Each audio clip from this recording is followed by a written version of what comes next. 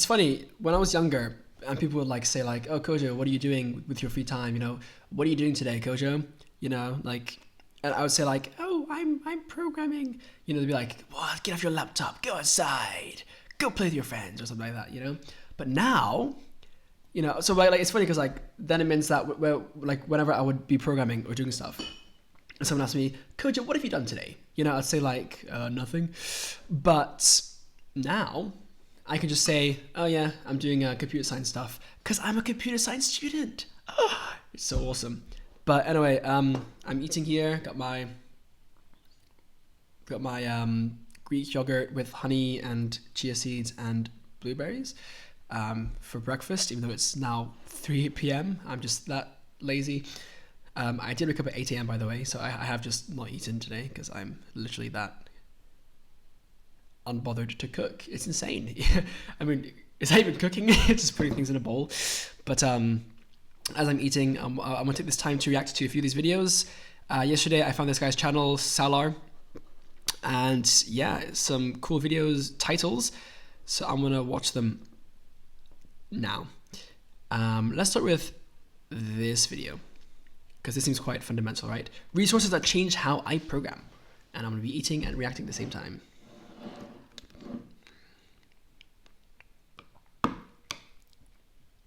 If it loads.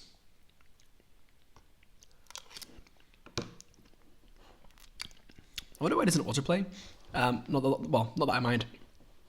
In particular, since he does C++ and uses Arch, it's a very good fit for me. And he also uses Obsidian, and Vim as well. So like, this guy's low key. I don't know, a better me. But no, like he's got a lot of relevant things for me, which is very good. Also like ECS, since he has made a game engine, because he likes graphics programming, and has learned how to use an ECS. So I will look at this for my C++ thing as well. Yeah, so let's see what's going on. Hello everyone. So recently I got asked what 2 months books ago, I read yeah. and what online resources I took a look at to get better at programming. And I thought I'd share them with you today. So yeah, I'll be splitting this video up into 2 sections. In the first section I'll be talking about books that are programming language agnostic, meaning that you gain value from them independent of what language you're writing your code in. And in the second section we'll be talking about books that are C++ specific, since that's kind of my domain. Yeah, cool. I like this wall. I wonder what all these things are. Are they notes, I wonder? Because that's something that I've been wanting to do as well. I mean, if I get fucking things to stick to my wall without falling off, that'd be great. But if I can't do that, it'd be cool to have like notes and stuff up. Just because like you see them every day, and like even subconsciously, I feel like it does have a positive effect. Like with like learning like Chinese or Cantonese or Japanese or Spanish, for instance, like having like things up on the wall would be quite useful. I meant to even like do that for Spanish back when I was in the IB, but I just never got around to it because I don't even know why. I guess just laziness. I don't know. So yeah, let's get started. So the first book or resource I'd like to recommend to you is about Git. So online there's this book called the Pro Git book, or you could also read through this short book from O'Reilly. It's just called Git. O'Reilly. And yeah, like being competent with Git and knowing the internals of Git is super useful, because most programmers only understood Git on like a surface level. They understand what a commit is, they understand what a branch is, what merging means, how you pull stuff from a remote repo and stuff. I barely know what a branch is. But like once you understand Git beyond the surface level, and you understand what's happening inside of this .git folder, you gain so much value from that. Once Git throws error messages at you, you understand what they mean. You don't have to copy paste that into. That's a good point, actually. Jesus Christ, the search for Obsidian kind of sucks. Yeah, I really haven't expanded on this. Give me Git. I need to search how to do Git. In fact, let me put it up here.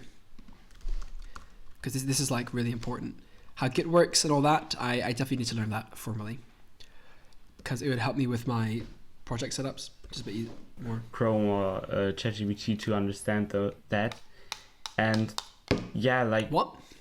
and what they mean. You know, you don't have to copy paste that into Chrome or ChatGPT to understand that, and yeah, like being competent with Git is like super useful because it's like Git is used everywhere in the industry, right? It's like the version control system. So yeah, just understanding that will like benefit you, like independent of what language you're writing your code in, because to manage a project you're always using Git or some kind of VCS, right? So yeah, the next book I'd like to recommend is So what? because to manage a project you're always using Git or some kind of VCS, right? Some kind of what? ECS.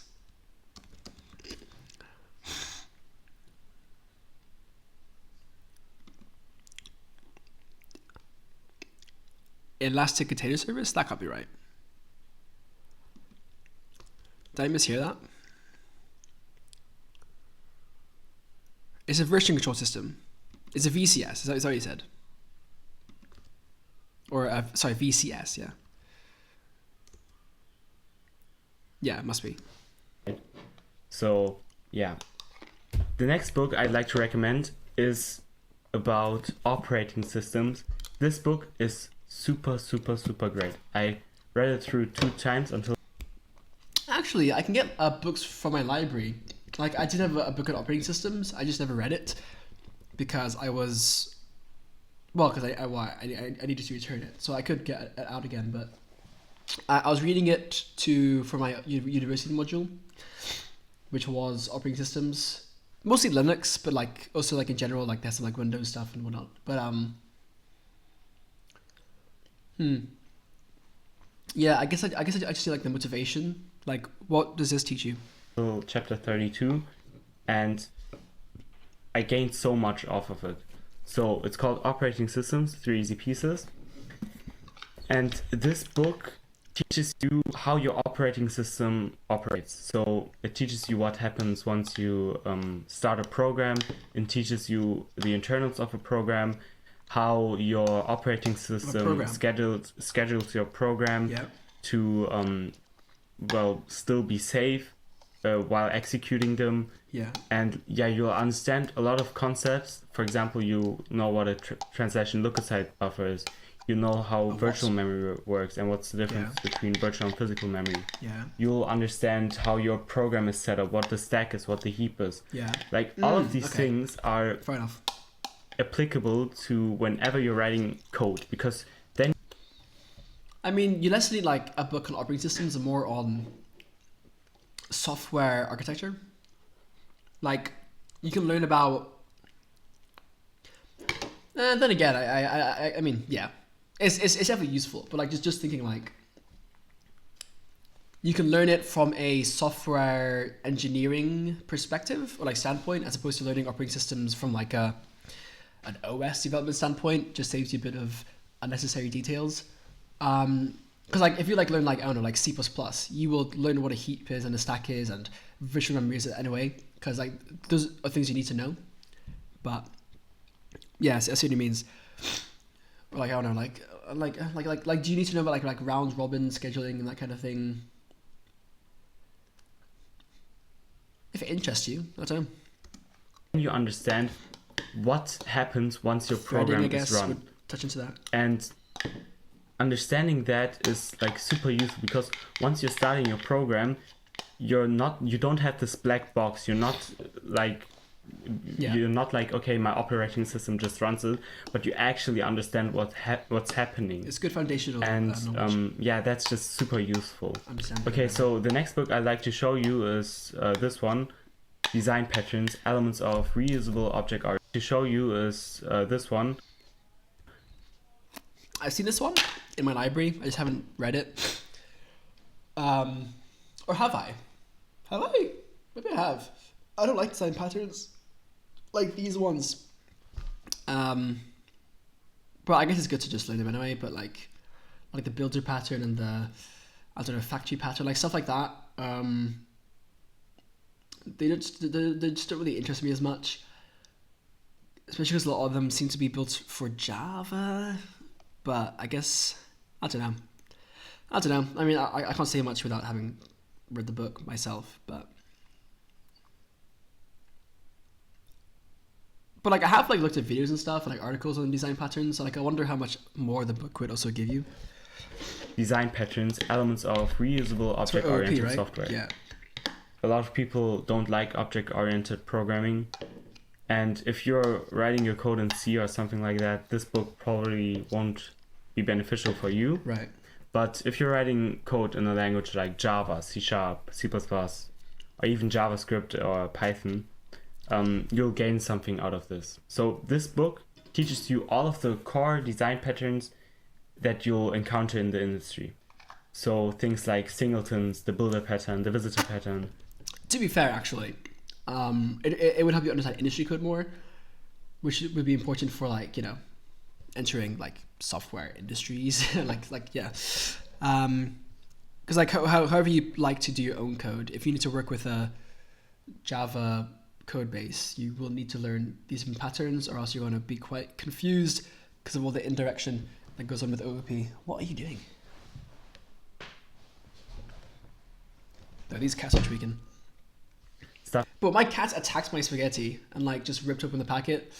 That's awesome. Lesson learned: don't leave food out when there are cats in the house. Not my cats, so my aunt's cats. I'm just house sitting, but yeah, that's cool. That's awesome. Thank you. Stuff like that you'll be introduced to in this like in this book, and yeah, well, for you to be a competent object-oriented programmer, you have to understand some design patterns, since you'll always encounter them in large code bases. Hello? Independent of whether or not you think they're good or bad. For example, a lot of people despise the singleton pattern, and I say that that's a valid critique, but whether or not you like them, you'll be encountering them, so you'll have to be competent about them, right? Yeah. And, you know, you can... It's worth learning them too, just because, like, then you can... Well, okay, not really, but, like, a side effect bonus of learning them is that you could also have better grounds to not like them. Like, I don't like the singleton pattern either. I just feel like it's just kind of unnecessary a lot of the time, and like the little effort it takes to just have like to just create an instance of that thing, and either pass it around or make it global, whatever. Like it just leads to much better software architecture and more modular, and like for a very little cost, you know. Whereas replacing a singleton system and like replacing that with one where you can have multiple instances is a pain in the ass. So yeah. And same goes for other systems as well that I don't like, but yeah, I see why you would learn them. But I mean, again, like I already kind of know a lot of these anyway from watching stuff. So do I need to read a book on it? Probably not. But I'm not sure he's recommending the book exactly. He's probably just recommending you learn them in general. So getting this book like teaches you about all of these design patterns and when you might need them, when you might use them, or when it's unnecessary to abstract. And yeah, it's just a great book to have and to like have once read through. Now the last two books I'd like to recommend that are programming language agnostic are Clean Code and The Clean Coder. There's two. I actually am reading Clean Code, but I kind of got bored like a decent way through just because, well, first of all of it is Java, so that's already annoying because like that clean code stuff mostly applies to Java, and also like just like a lot of the things are things you have heard before, you know, like it's not that crazy. I mean, like the first like couple of chapters or few chapters are probably the most relevant, and then after that where it gets specific, like variables and like functions and like classes and stuff like that stuff you can kind of skim through. But it's good to read just for like the history. I feel like when I picked it up from the library, it was less because I wanted clean code tips, and more because of the history, because of how often that book is referred to for how clean code for how you should and shouldn't write clean code, because a lot of the things there are also quite controversial. So it's a good read for that historical context. Yeah, these books are pretty controversial. Okay, There you go. it's a programming language book, like it's not that controversial, but you know what I mean. Like a lot of people have a lot of critique towards them since they're kind of extreme. So basically, what this book teaches you is how to write clean code and what patterns you should try to avoid to just write better code. And they teach a lot of important concepts. For example, the single responsibility concept, or Yeah. how good you one. should name things, how you should handle errors, how important testing is, and how you should do it. Like, Yeah, like, I mean, first of all, I don't fully agree with how the book was about how to name things anyway, but like stuff like testing and error handling, like those are things that, because the book largely focuses on Java, they aren't as applicable to other languages and like more modern contexts. Like error handling has changed quite massively.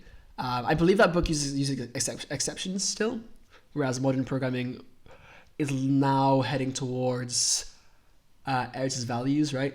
Or even other systems like proof systems and stuff like that. So, and like testing frameworks have also evolved. And again, if you're not using Java, it'd be quite different. So, yeah, just that's like immediately applicable. Like I don't know if you would recommend clean code to a programmer who's actually looking for clean code advice. Like that's what I would say. I wouldn't recommend it to someone who's actually like someone who's like a new programmer, or someone looking to up their skills. It's more for someone who's already familiar with the concepts that are referenced in clean code, but then also critiques. But also familiar with some of the critiques of clean code, and then going in with that lens. So then you get more out of it, because then it's like, again, more of the historical context than the actual advice. Although a lot of the advice in that book is still good.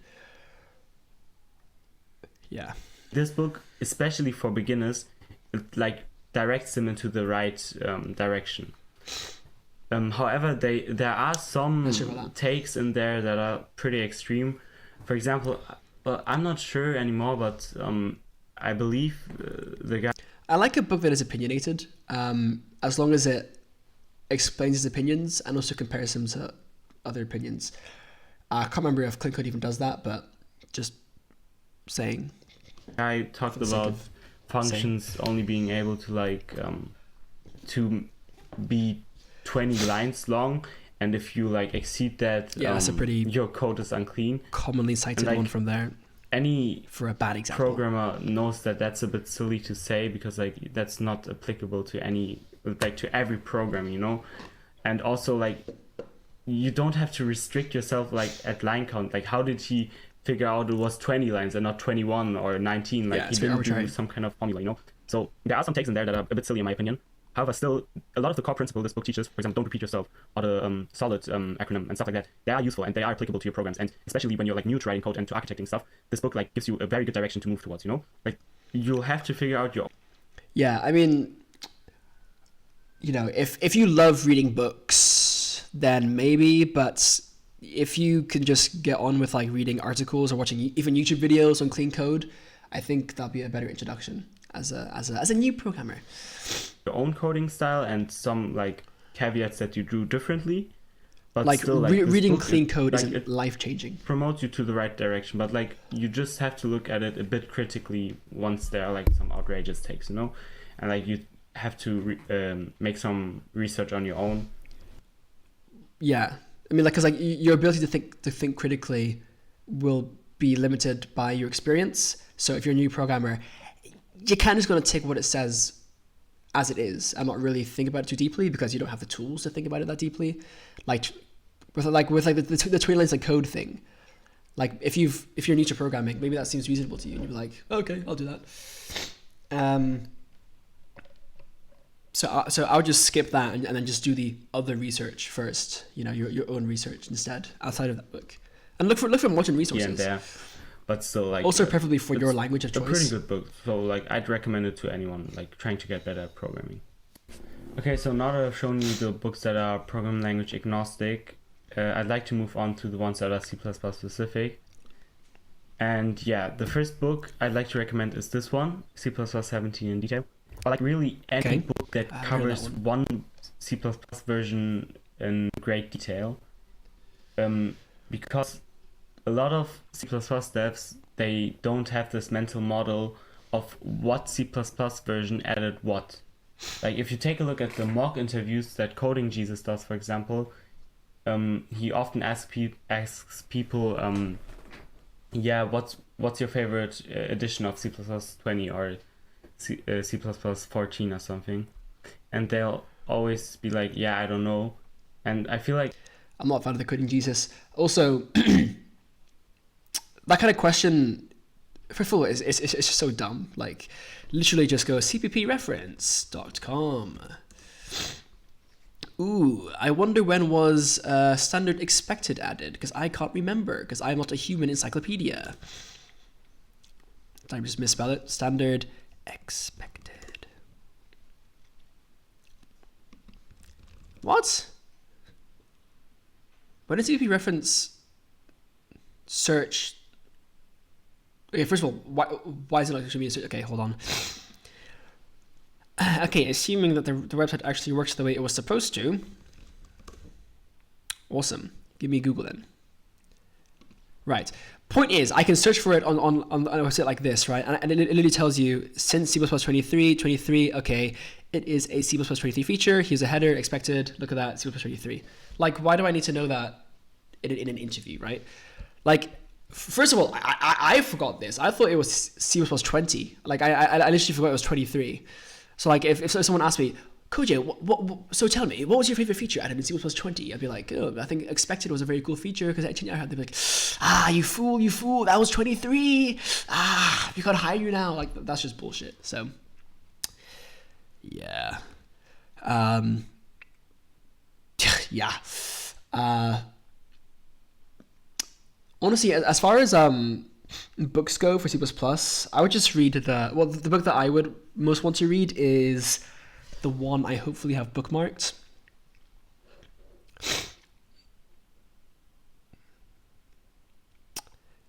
I guess I don't. This one? I can't remember. Nope. I mean, this is actually the whole language in its entirety, which is kind of awesome. You could probably have a look through that if you want to. But did I seriously not fucking bookmark it? Oh my god, bro. I gotta bookmark these more. I did download the PDF on a different computer. Okay, let me just find it. Publications. I feel like a really good book to read for C++, which he might mention in the video. I'm not sure yet, but let me just find it. It's quite old, actually. Yeah, this one. The Design and Evolution of C++. It is 2001, but like it gives you C++ from a more philosophical standpoint, which I feel like is very useful. But otherwise, you know, like you really need to read any books. Like you can read the C++ language, like that book, and then really just read it like the introduction, and then skim through the rest of the book for like different things. But like even like Bjarne himself says, like you're not going to read this whole book because you don't need to. Really, you learn what you need, and like while it's good to be like aware of features, of course, a book is a pretty boring way to get all that. Of course, if it works for you, like go ahead and read. But yeah, books in general are kind of like a dying medium for technical information, especially because they don't evolve. CDP reference, for instance, is an evolving resource, so that's quite good. Like that's an indication of whether or not you're a competent C++ dev or not. No, it's not an indication. It's an indication of how much experience you have. Because if you have like 10 years of experience, then you're probably more likely to know these things, like these minute details, just from pure repetition. But in terms of your competence, memorizing when a feature got added to a language, it doesn't matter. Or like if it matters, it doesn't matter that you can recall it just from like your thing. Like if you focus on that as someone who's learning to become, who's training to become like a C++ programmer in the industry, focusing on those things is not gonna Like, I mean, it might help you with interviews, I guess. Hopefully it doesn't, because they really shouldn't be asking that kind of thing, but it wouldn't help you in like your actual C++ development. Because if you have this mental model about your C++ versions, it just makes you seem more competent, and like it makes you aware of the history and development of C++. And yeah, like the C++ 17 in specific, it has a lot of very, very, very useful C++ features. For example, std optional, std variant, std any. Really?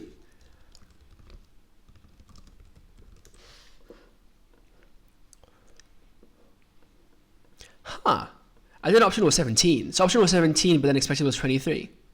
The more you know. But again, like this is not impacted my ability to program at all. The only time that this would be useful is if like we are limited to C++ 20. Be aware of which features you can and cannot use. But like if that happens, it's not hard to look it up. For the STL containers, but also like they removed stuff. For example, they removed the register keyword, for example, or what else did they do? They removed trigaps, I believe, as well. Like there are stuffs. That's interesting. Yeah, it's not often that C++ remove stuff. I still don't understand why they remove. I mean, like I get why you deprecate. I think it is deprecation, I believe. Well, can you? Let me test that actually. I mean, it will depend on the compiler. Let's go for Clang. The latest version of Clang. It's really annoying how I can't just like find the latest version easily, but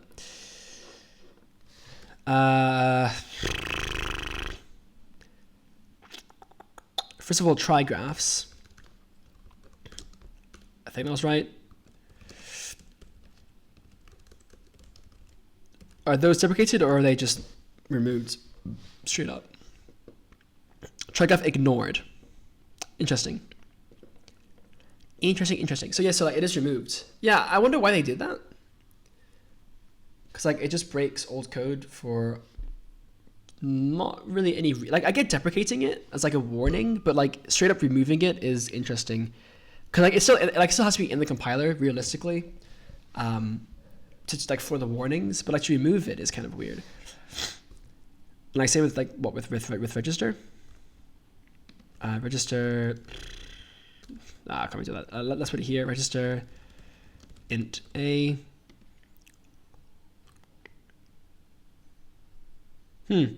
17 does not allow register storage class specifier. Right.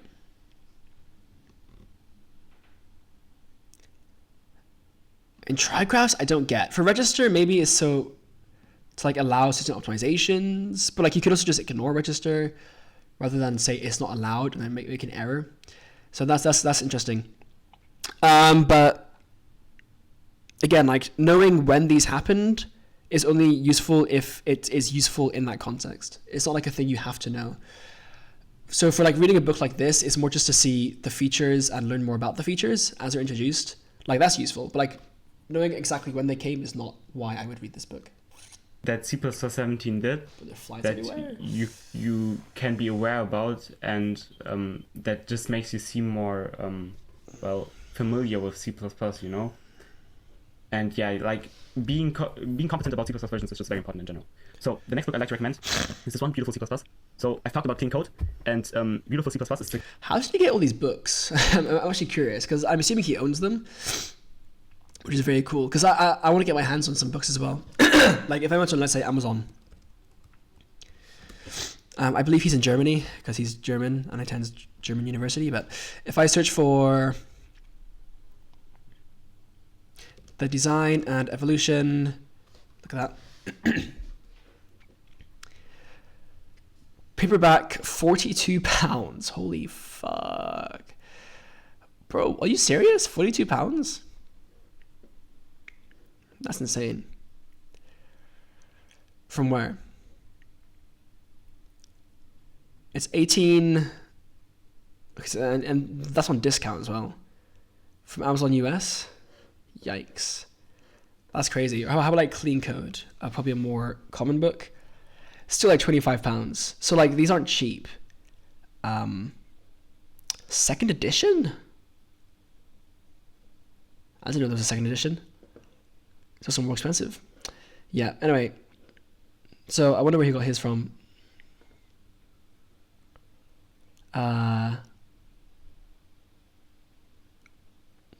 LearnTVP.com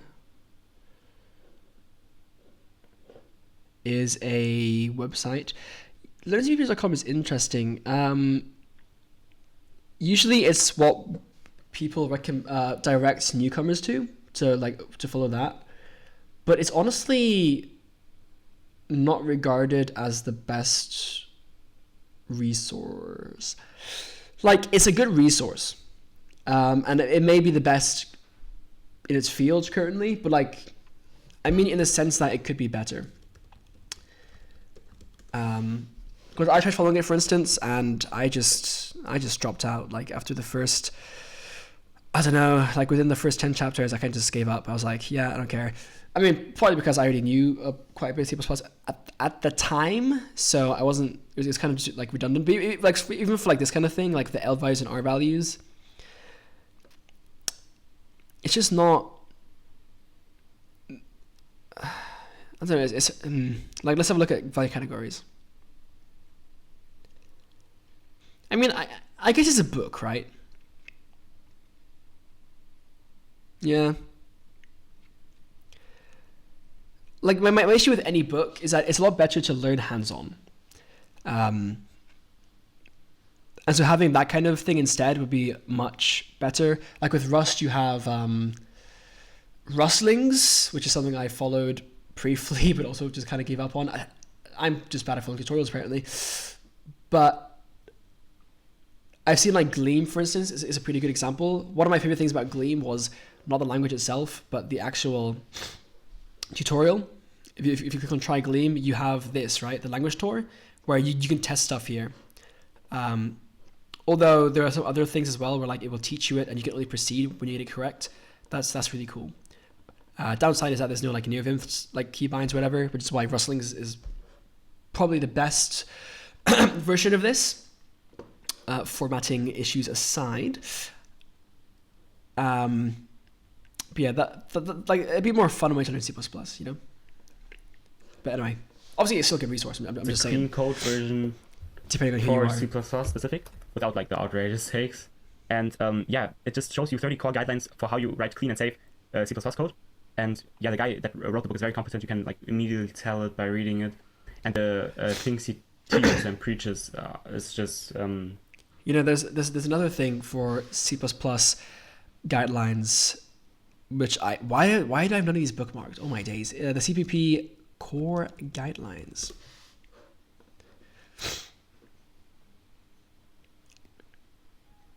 Yeah, I need to read through these at some point. I just start like very briefly, I think, but I should finish it. I also disagree with quite a few of the things here anyway, but you know that's kind of a given, and maybe I need to spend more time looking at that because maybe I'm wrong. But let me bookmark that this time. But yeah, this is definitely a good read. More so than like just books just become outdated. You know, that's the issue.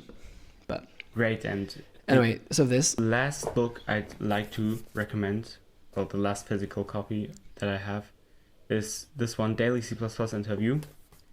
This book for interviews, is okay, great. It's basically the way this book is structured. You get a question about C++ each day, and you'll just answer it mentally, and then you'll read through the page and show whether you're wrong and right, and just update your understanding of some C++ concepts. And this, like, it goes through everything. It goes through inheritance, I don't know, SDL container stuff, like just everything about C++. So it doesn't like constrain itself to one topic specifically. And yeah, these are the kinds of questions that you receive from like these firms that want to check your C++ understanding, you know. So yeah, we can take a look at the page. Sounds useful. Let's have a Question look. An example. 29. How to use the equal delete specifier in C++. Right. That's an example of that. For example, when you want to delete your copy constructor or move constructor, move assignment operator. So then it goes on to explaining that in there.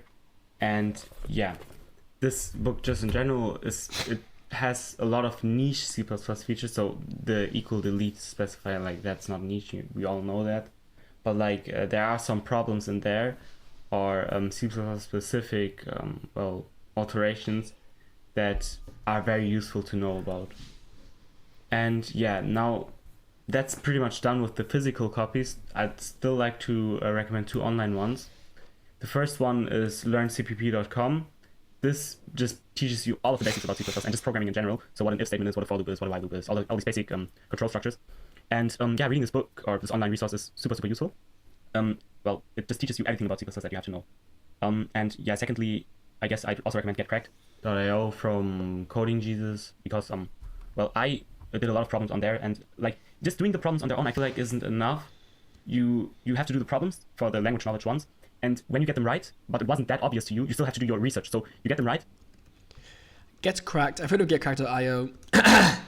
Is it like leak code? It's also not free, but okay.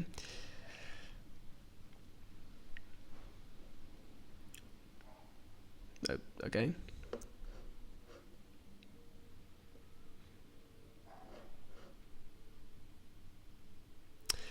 It's interesting. It's like a very different world, kind of. It's more like preparing you for like a job.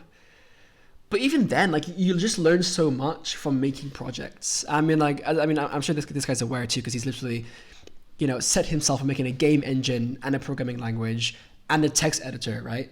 Like, you learn the best by doing. But like doing like real projects, because that's good for motivation. Like if you're like logging every day to get cracked.io, like yeah, like it'd be good for you, but it's just not. It's just not the most fun way to learn C++, nor is it necessarily the most effective way, because it's still a contained environment. But yeah, I guess it's good for like niche like interview questions type things, like those kind of things you need to know. But it's like how much, like for how long an interview lasts. Yes, they're important, but like how much time proportionally are you going to dedicate to passing an interview versus actually being able to be competent at your job? Because like you can't just grind leak code. And like one last thing about just getting better at programming. I feel like a lot of people are procrastinating when it comes to programming, because they're like, yeah, I have to read all these books and I have to watch these YouTube videos that recommend resources for getting better at programming. But they're doing all of that except for like actually programming and getting better at programming. Exactly. That honestly, like if I were making a video of how you should learn C++, I'd just say don't read any books. Don't read any books. Don't even follow learns.cpp, whatever. Just try making a project. Look for examples and then follow and learn as you go. Like if you see something you don't understand, look it up and then find out what it means. And then you can learn a lot that way. And then even like join the C++ Discord server, shout out, so that you can ask questions. Even if it's like, what's an if statement? I mean, do a Google search first, because maybe you'll find a quick answer there. Or else you will just get redirected towards books anyway, which I feel like I don't like that culture of like redirecting people to like full-on books if they don't understand basic things. Like, but I mean, like even then with like with learn.cpp, you can target certain chapters anyway if you like need to get those things. Like at least for like learn.cpp, like if you're new to programming, the first 2 chapters or 3 chapters, maybe even skip the first one because it's like IDE stuff. But though IDE is also important, but like starting with that as someone learning C++ for the first time is a nightmare. I would just go for the path of least resistance to start with, and then set up your IDE properly later. But yeah, like just remove the friction to get into programming as fast as possible. I feel like that's the fun route, but also the an effective route, because you learn by doing, and But I mean, as the argument always is, the best way to learn is the way that gets you to actually learn. If you are learning in a way where you just can't be arsed to do anything, then that's not good for you, right? Because you have no motivation. If you have motivation, then the best strategy is the one that motivates you. But so some people love reading books, but like even then, you have to practice. Or like motivation or not. Like even if you love reading books, if you don't practice, it's not going to stick. So yeah. Anywho,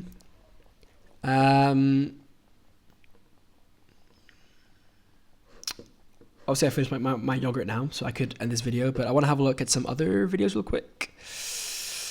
Let's have a look at this one. And this one. And this one.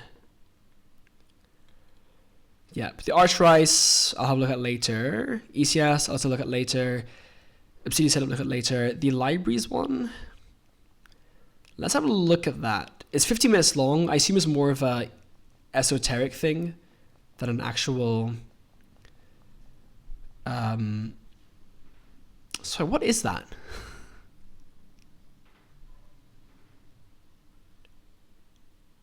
What is that? What? Is this the is that a mascot or is it his thing? Hold on. Because like I swear I watched a video where like someone made a thumbnail of that.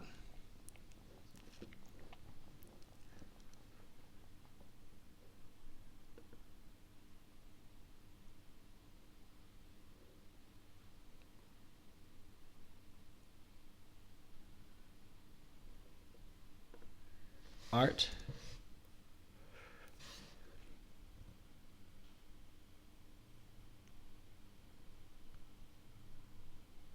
Oh, like literally that Libraries. Okay, I see now.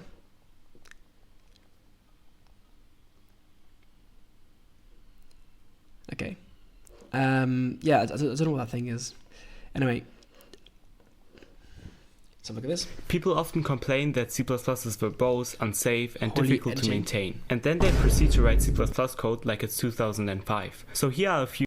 People often complain that C++ is verbose, unsafe, and difficult to maintain. And then they proceed to write C++. That's so real, bro. Like, you're gonna complain about using a language that makes it easy to shoot yourself in the foot, and then not look for ways to not shoot yourself in the foot, even though they exist. It's kind of funky. C++ code Holy moly. Bro, stir copy? like it's 2005. So here are a few features and practices that can make your code dramatically better. Use brace initialization by default. Absolutely. Why? Because it catches mistakes that other...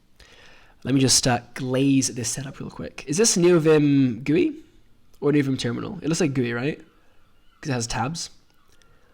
Unless my NeoVim does have tabs, I just never use them. That's actually not too unlikely. Control T, Control N. New tab. Okay, fuck me, I guess. Other forms of initialization don't. Take this code, for example. What do you think happens here? It compiles just fine, even though we're silently losing data. Now let's switch to brace initialization.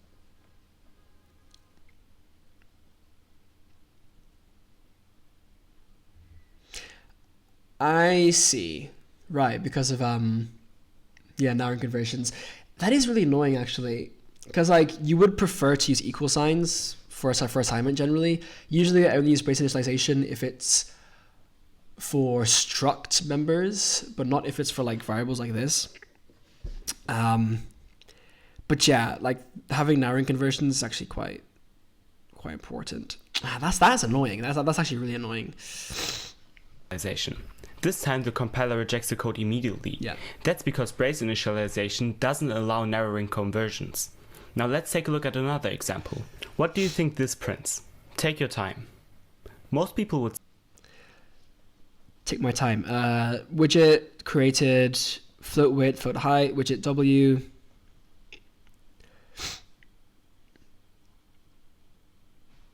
I assume it prints widget created. And then we have brace initialization here for the defaults, right? Sorry, I'm just had a thought.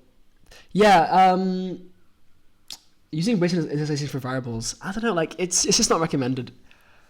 Even though it does, is there another way to prevent narrowing conversions? I'm trying to think. I could have sworn there was. Hold on.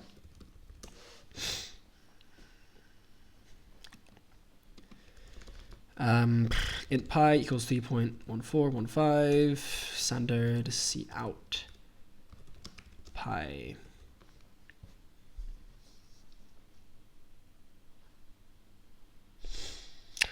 Yeah, I get a warning on Clang, so that's fine. but it's just a warning, not like an error, unfortunately.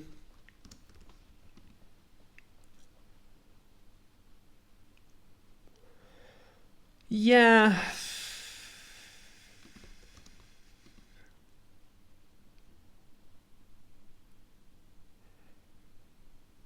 Okay, so you can do it here as well with the equal sign. Just that this syntax is also used for arrays, so that's also really annoying. That is actually quite frustrating. I'd probably still opt to use equal sign anyway, just for clarity, but that is quite annoying, isn't it? There is another method, I guess, which is to do this. Like, if you want to still have your code look sane, you could do auto pi equals int like this. And then you get the exact same errors, but you don't have to discard the equal sign, and you don't have to have ambiguous array syntax. So I feel like this is probably a decent pattern if you need to avoid narrowing conversions. But, you know, most of the time, a warning might actually be okay. Maybe. Say which it created, but it actually prints nothing. Well, mind you, with Clang and also other things, you can make warnings as errors. That's what I would do. So actually at that point, yeah, you don't need the brace initialization. Issue is, I don't know if it's standard. So well, yeah, it wouldn't be standard. So that is the issue. But yeah, that's annoying, isn't it? That's annoying. That's because line 15 right here, say which it created, but it actually prints nothing. That's because line 15 right here isn't an object at all. It's a function declaration. A function called w that takes in no arguments and returns a widget object.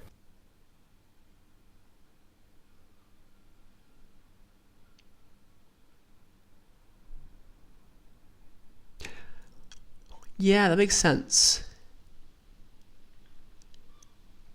Man, this language sucks. This language sucks. Yeah, I mean, again, this is self-inflicted pain, but like, goddamn, bro.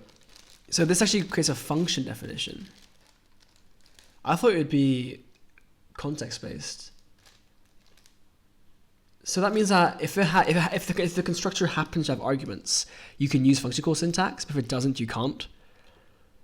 Or you can, but it has to be widget without the identifier name, right? Yeah, so funky, man. This is known as the most vexing parse. This whole thing could have been avoided. Huh? Is it?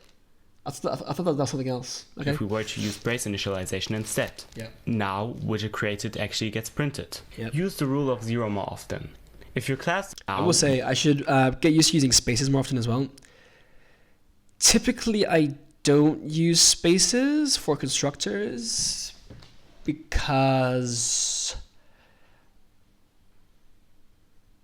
Actually, I don't know why I don't. Then again, I don't even use constructors that much anyway, because widget created actually gets printed. But... Use the rule of 0 more often. Yeah. If your class doesn't manage a resource, don't rent any special member functions for it. Yeah.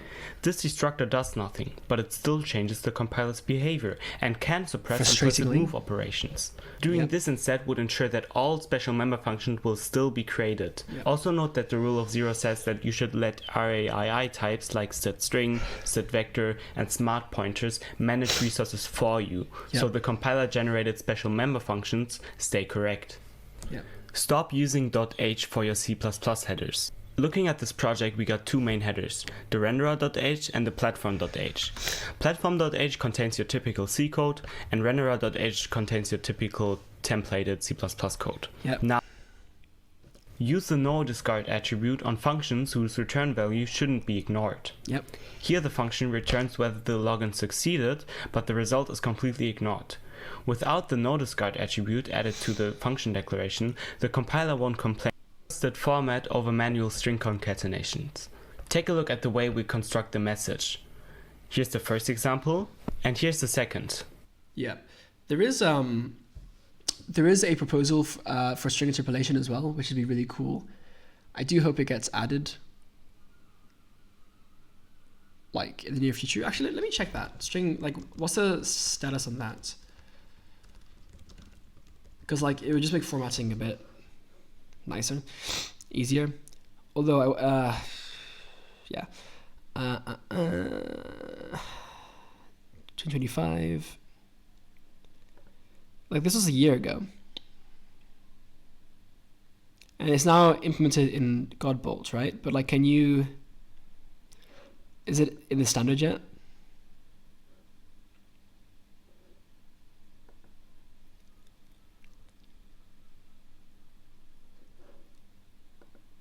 Is it 26? Is it? I want this feature now. I mean, it'd be a pretty minor thing anyway, but yeah, okay, so this search thing is not working. That's awesome. But this is small. Well, strings library, containers. Okay, format.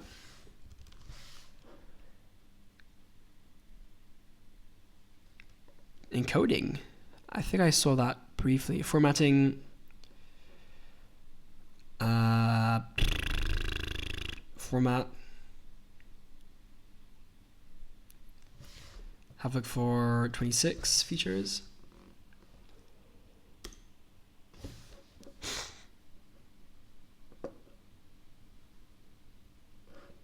Not mentioned.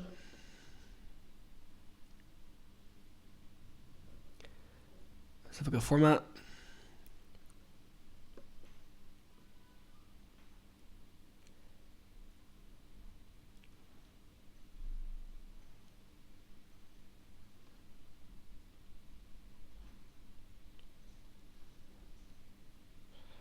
Yeah, okay. I'm guessing it's not standard then.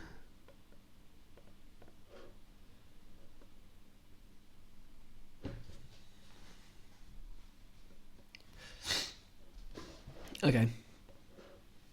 Still, one day. Which one of the two do you think is more? Use the three-way comparison operator. Yeah, this is one I've actually never used like ever. I wonder why you choose it. Or like in what context it's useful. To avoid writing boilerplate code. Take a look at this class, for example. We have to define all 6 relational operators for this class. Yeah. Now imagine you want all these operators to be const expr and no except. You'd have to change that 6 times and repeat yourself over and over again. Right. And if you ever change how comparison works, you need to make sure that all 6 operators... Okay, the reason I've never used this is because I think overloading Boolean operators is a crime. Like, having implicit conversions to Boolean for non-Boolean values is just ain't right, bro. It ain't right. Maybe for like enums, you could argue it. Although you can't have that work for an enum in C++ anyway, because you can't implement things overloads for enums, to my knowledge. So, yeah, not a fan of that anyway. Stay consistent with each other. Now C++20 introduced a new operator that allows us to perfectly minimize this and centralize this in a single function. This right here is called the three-way comparison operator. You can see there's less code to write, less code to maintain, and it's much harder for your comparison operators to accidentally disagree with each other. Stop using null and... I wonder in what other context it's useful though. It probably isn't. Yeah. I can't remember. Use null pointer instead. At first glance, both null and null pointers seem to represent a null. That's a C thing. This one. A related recommendation is to gradually move away from the preprocessor when Reflection will make this a lot easier. ever possible. Modern C++ provides language features such as const expr, templates, concepts, and inline variables that are often safer, more expressive, and easier for tools and compilers to understand than preprocessor macros. I'm not saying you should never use the preprocessor, but many things that used to require it no longer do. Yeah, I mean, includes, we have modules on their way, but even then, includes will not be replaced, so those are here to stay. But for other things, you should be able to get around using macros for pretty much everything else, I think. Like some useful macros for convenience might be like, actually, I wonder if reflection can do anything for like a try function. You know, the like early returns or something, like the Rust question mark operator. That would be interesting. but then it would have to be able to early return, right? I don't know if reflection can do that. Probably not. Here's Bjarni Stroustrup explaining that idea in more detail. And then eliminate the C preprocessor. I really dislike the C preprocessor. It's in between you and the compiler. What you see is not what the compiler sees, and that is trouble. This is why the IDEs are not as good as they should be. WBook, by the way, as I already said. Static type system, systematic and general resource management. I think I've watched this talk already, but I can't remember. Efficient object-oriented programming, compiler-time programming, flexible and efficient generic programming, direct use of machine and operating system resources, to support through libraries. There is I saw something for experimental async, was it? Or something like that. Was it async or was it? I can't remember now. And yeah. To fully eliminate the C processor, we need imports, we need reflection, and we also need some way to do early return. In fact, let me ask right now in the Discord server.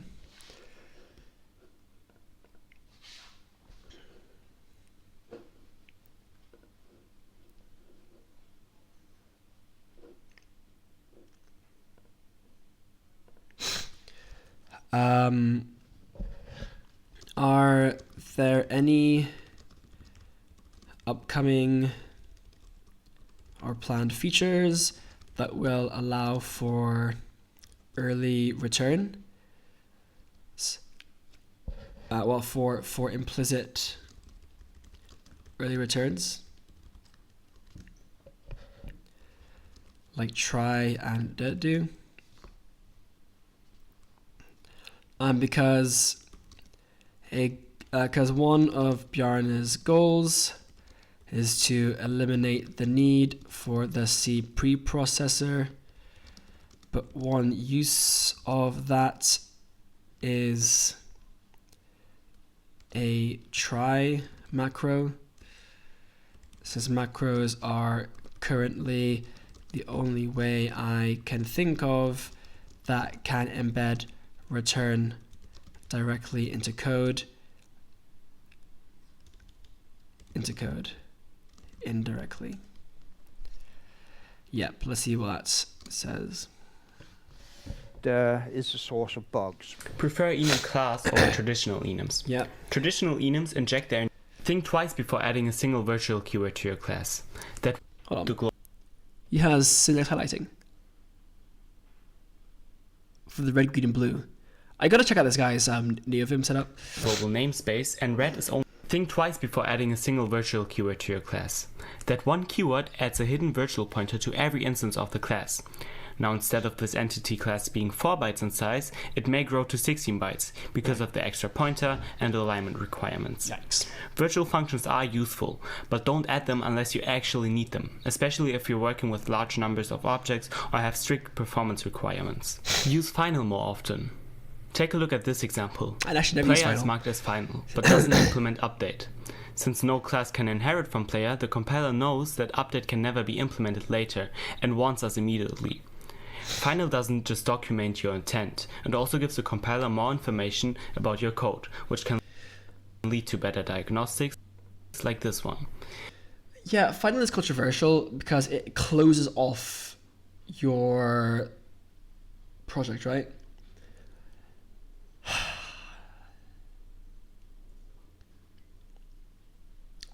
I guess it's similar to like the public-private debate.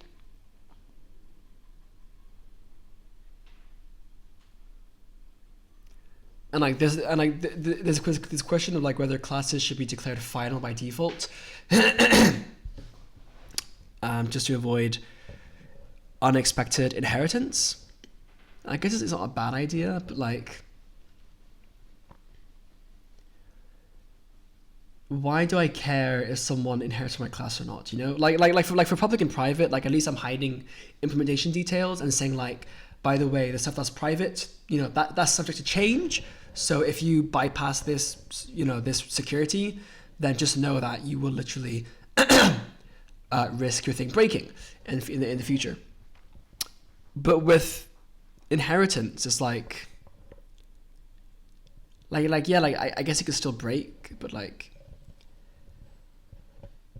if I want to inherit from a class that isn't explicitly inheritable, or like that isn't like an interface, why would I do that?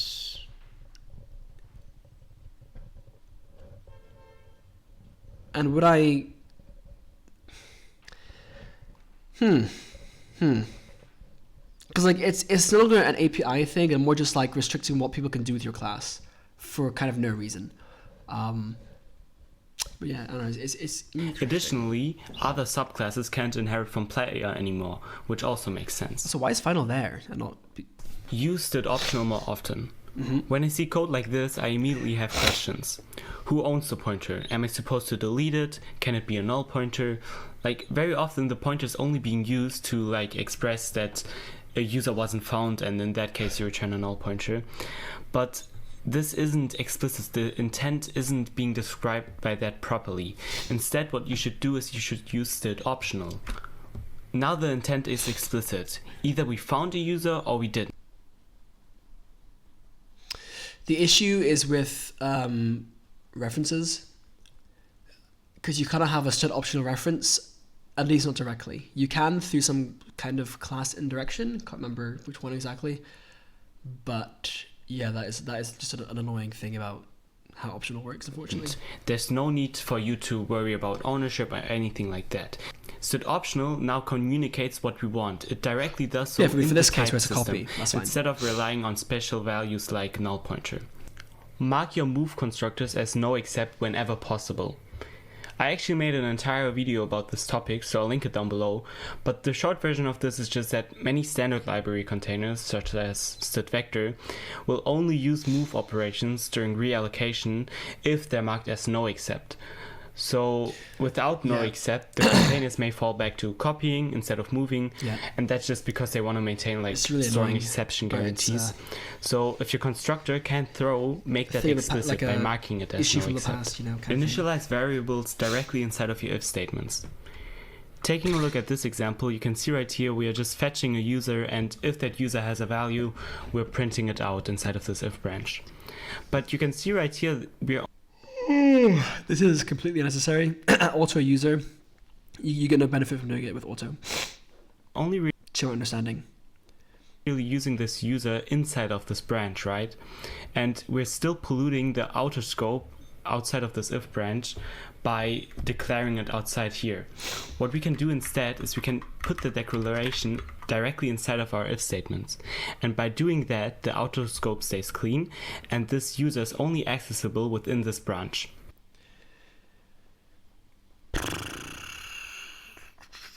Generally, I don't like this because I find it just reads weirdly. Like having like an explicit if let would be a lot more desirable. Or we're going to have pattern matching soon-ish, which will also sort out this issue. But, you know, like, if you only use it within the scope, then fine. Or just do find user dot. Oh no, because you need to bind it as well. Yeah, it's just a bit annoying.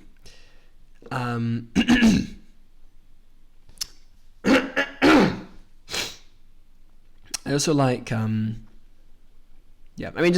but generally speaking, this is not something I do. But like keeping it outside and like polluting, it's okay. It's more debatable, and I'm not a fan. Use override wherever possible. If we're taking a look at this example, you might think that the player is now creating its own version of the update function. Yeah. However, Really annoying how that's not enforced by default. so we have a silent typo in here. But you know, that's Now the case instead with of lots of C++ overwriting, things. we are creating a new function called update, and we can fix our typo. Use designated initializers for aggregates. Take a look at this initialization. You could easily switch up whether or not we're setting health to 100 or mana. By using designated initializers, you can immediately see which I love value these, belongs and God, I wish functions had these so bad, but unfortunately there are complications. So to which field. C++ isn't a perfect language, but a lot of the problems that people complain about have solutions that exist. they do indeed.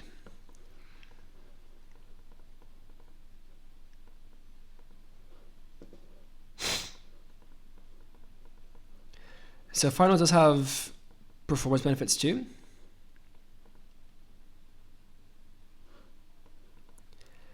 Huh. I mean, in that case, yeah, use final.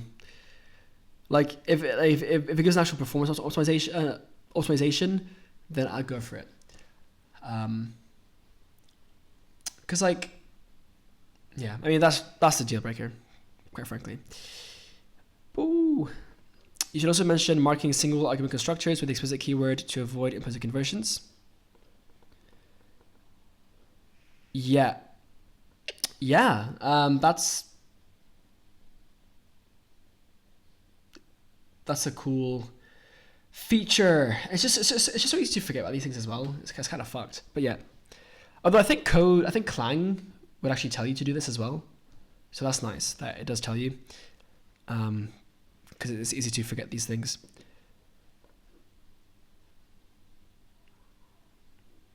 Okay, next video. Hello everyone. Today I just wanted to talk about a few features within C++ that are pretty weird and nobody really knows about them. Well, rightfully so, since they're pretty useless. Okay, never mind. That'd be useful. However, they're still funny to know about. And yeah, I guess it's just Alright, this will be a good test of my knowledge. a cool party trick that you can show off. So the first feature I'd like to talk about are digraphs. And well, those aren't really C++ specific, but C++ just inherited them from C, since C++ wanted to ensure backwards compatibility. And basically all digraphs allow you to do is to provide an alternative spelling for essential characters, like the hashtag symbol, so you can rewrite this as this or this, yeah. He must be using the GUI version of Vim. Maybe I should too. Maybe. He does, sorry, I've actually considered unironically using digraphs for includes and only includes, just because I don't like using macros, and also it looks awesome, but there's like a non-zero chance that C++ 29 would just like deprecate them, so that would suck. You can also rewrite braces like so, and Yeah, I those don't know, braces say for example we wanted to declare an array. So to compensate for that, C++ added or C added these alternative spellings such that it's more universal. And yeah, there were also something called trigraphs, and those supported even more characters and were even more dynamic. However, I actually prefer trigraphs, at least for the hash include thing. I think the question marks equal is pretty cool. But yeah, as I said, they've been removed, so F in the chat. The next feature, which is called argument-dependent lookup or Königs lookup. So to understand that feature, we first have to establish a basic setting. So let's say we'll have a namespace, and in this namespace we've got some kind of struct, and this struct just defines one field of a member, like so, and well, that's basically it. So we've just got an A struct within the foo namespace that has a single member called I, which is a size t. And now additionally we've also got a function foo, or let's just call it f, and this function takes an A instance, and what it does is it prints out its field. So we'll just see out a.I, like so. Now if we wanted to create an instance of A, we'd have to call the necessary foo namespace first, so we'd have to refer to it. So we couldn't just say A, right? It wouldn't know what A is.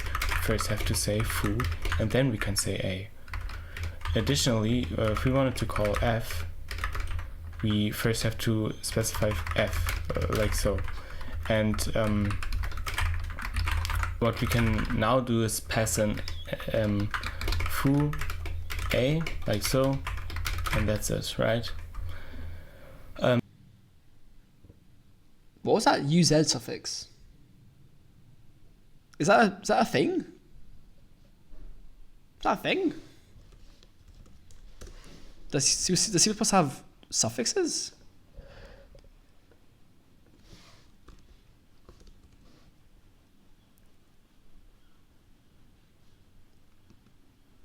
What? I didn't know that. Oh my god, how are you 32?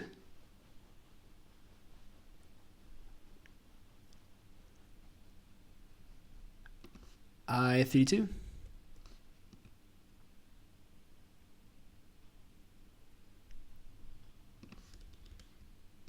No. Don't tell me it's like U long or something like that. Oh, but UL. Yeah, I guess I did know about this. I just didn't know that there was U size as well. Huh. That's cool. But yeah, I mean, it sucks how they use like long and short, whatever the fuck. Now, the weird thing about this is that we don't have to specify foo once we're passing in this A instance. And that is this argument-dependent lookup. I did not know about that. At first, those are useless. That is hazardous. Hazardous. Does it work the other way around though? Because like it'd be way more useful if it worked the other way around. it looks at the namespace of the argument passed in and checks if the function exists in there. And if that's the case, well, then it can just use that function.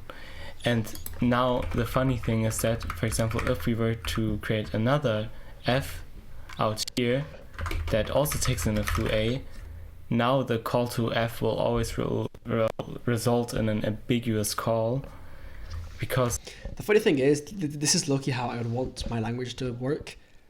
It only tells you it's ambiguous when it is ambiguous. of this argument-dependent lookup or Königs lookup. But for C++, consistency. And this feature, I don't know fine. why this exists. I don't know why that would be useful in any case. I feel like this just adds unnecessary complexity. But as C++ developers, we still have to know about it, right? So yeah, here you go.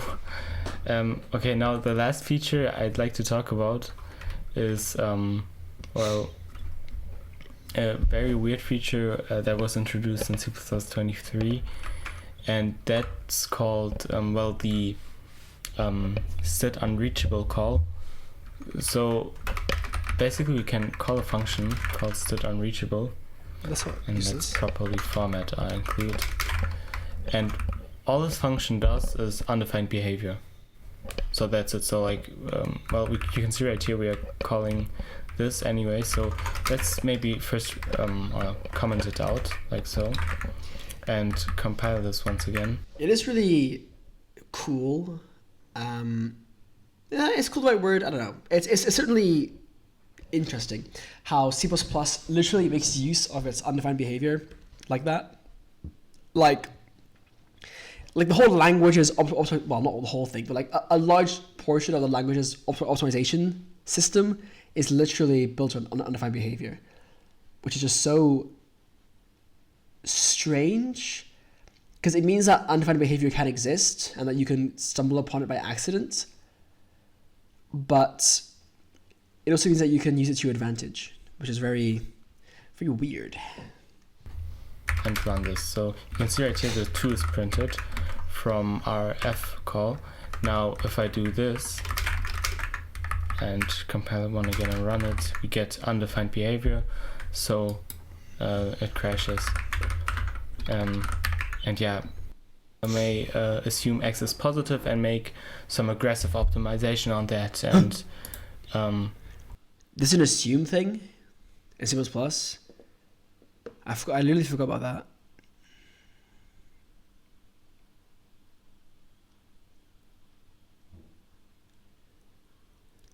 I wonder if that's useful.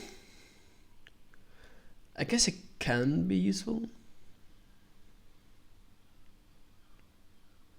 Although there would be other ways to do that anyway, but like, yeah, interesting. Assume. generate possibly more efficient code. And now the thing is that if this assumption isn't met, EB. undefined behavior is triggered, and basically the state unreachable is called. So that's why this thing exists, I guess. It exists for switch statements. This assume attribute uses. That's Wait, assume actually uses it? I thought he was joking. Surely it's not runtime, right? That's weird. Anyway, very cool, very cool. pretty much it for, well, this. Okay, only 3 things, but yeah. Assume. Can I use assume anywhere? I'll keep it in mind. Although, generally speaking, I don't make assumptions in my code.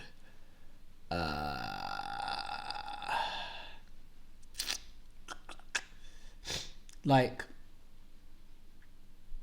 yeah, I don't know. Let's have a look here.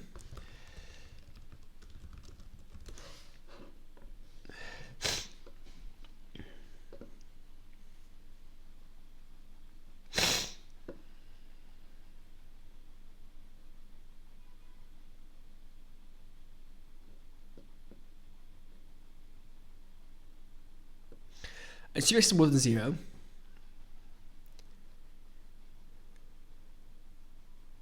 Then x equals 3, okay.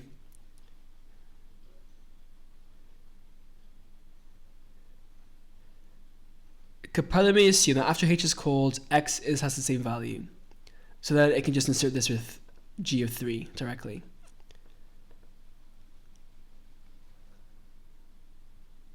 Huh. Can the compiler not check for...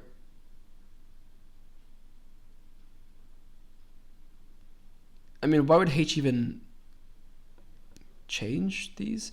But like, yeah, can the compiler not statically analyze that? I guess in a language that would be the better thing, but if it can't, then sure.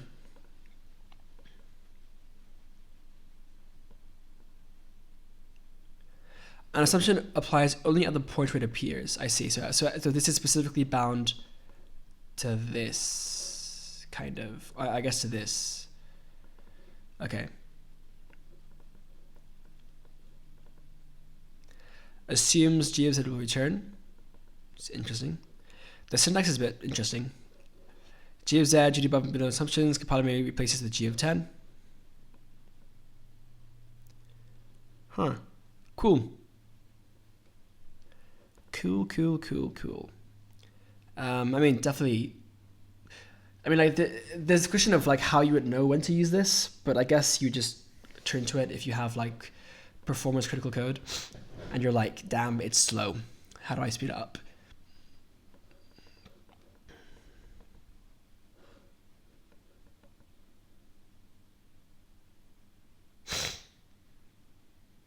Right. So it's more so for operators, which is interesting. Okay.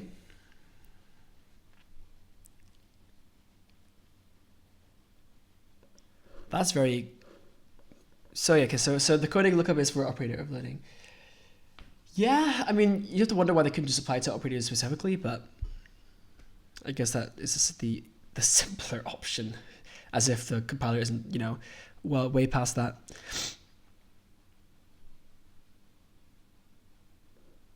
This allows for menu optimization for the compiler where there's a reachable and if case, the scope for available can be narrowed down.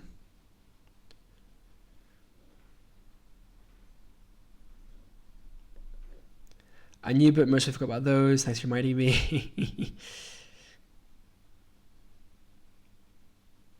Digraphs removed. That's not true. The notes wall is expanding. Get me a notes wall, dude. A notes wall is so aura as well. Look at the lighting as well. That's so awesome. I wonder, I want to see a close-up of like what kind of notes he puts up. But yeah, I should definitely do that. If I can get, again, the thing's a stick. Okay, 3 Tools. tools and thousands of lines of C++ code. Without these, my workflow would become significantly slower. Let me walk you through them. Holy, does he actually use GDB? Without these, my workflow would become significantly slower. I could actually use like a GDB tutorial. I mean, I know how to use it, but like I don't know how to use it efficiently. I'd much rather have the debugger built into NeoVim, like into like my text as like breakpoints and stuff. But if I can use it effectively without that. Let me walk you through them. NeoVim is my main editor of choice, and there are 2 primary reasons for that. That's awesome. So the first one is that it's very, very Wait, it's got a home screen, I just realized. Where's my home screen? I guess that counts. Yeah. Could definitely make that a bit nicer. Help portraits in Uganda. Shout out Uganda? How long has I been there for? But yeah, I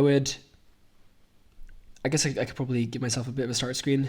I mean, I don't need to because I don't launch it like an app usually. Actually, I usually just ignore this part.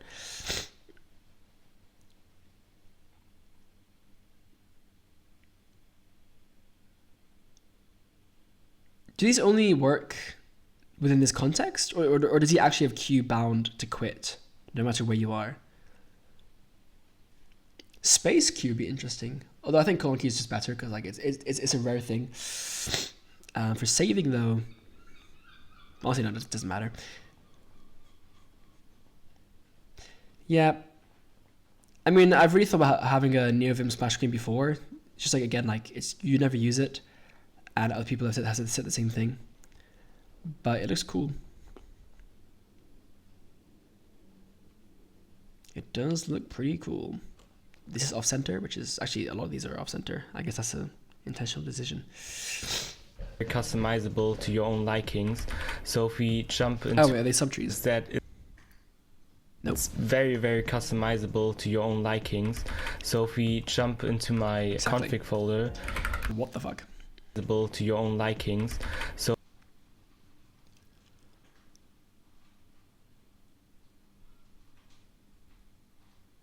What is this? if we jump into my config Those folder, buffers? you can see your own likings. Those buffers? So if we jump into my config folder, you can see right here that I've got a lot of I need that. plugins added, and all of them are pretty useful and I use them quite a lot. And just being able to customize them to my liking with Lua is just a powerful tool to have. One example of that would be this file tree that you're seeing, or the starting screen right Using here UFO. that's programmed with or implemented with the alpha plugin. And all of these kinds of things that allow you to customize Good NeoVim to lord. your likings, they're just great to have. So another plugin that might be worth showing is the plugin that I've created myself actually, which allows you to render stuff inside of NeoVim. And yeah, just having this ability to customize this editor to your own likings as much as you'd like to is just great. It's a Additionally, there are some tools that I've very nothing was programmed useful, but myself that are C++ it's cool, like, little preview specific. thing. So for example, I've programmed an include formatter such that my includes are always formatted. So for example, if I jump ahead right here, if I put the renderer include in here and I save it, it automatically Oh, that's awesome. That's awesome. Yeah, so creating custom things, that's something I definitely need to look into as well. Like, I can't call myself a master of my editor until I can literally do things like this. That'd be awesome. I'm very much looking forward to checking out this guy's videos on NeoVim and also checking out his GitHub repo because he shares his dot files, as most people definitely, everyone should, but most people do, but still. transforms that. Or if, for example, I were to change this class and add a new method, for example, print hello, where we std out hello. It's just the German If efficiency. I was to do that, you can see right here it's generally bad to keep the body of a function inside of the header, since that increases compilation time. Does it? I didn't know that. Well, so here's a plugin that moves it into a different file? So what you can do is you can Or keybind? do this CPP extract function definition, and now that has been put into here, which is quite nice. Now next to the customizability and into I wonder how it chooses where to put it. But yeah, that is a cool feature. here, which is quite nice. Now next to the customizability, another reason for using NeoVim are its motions that it allows you to do. So let's for example jump into this file. You can see right here I have a list of friends, and each friend has their own line. Can we have So some context on this? What? are its motions that it allows you to do. This is T-edit. What's friends? So let's for example jump into this file. You can see right here I have a list of friends, and each friend has their own line. And now you can see right here I'm able to press 8 and then press J, and then I move relative to the current line 8 lines downwards. And this just allows you to navigate your file very fast. And additionally, you can do stuff like you can press D, for example, that's an operation. Now you can press a motion, which is, for example, to the end of the line. And now I've deleted everything until the end of the line.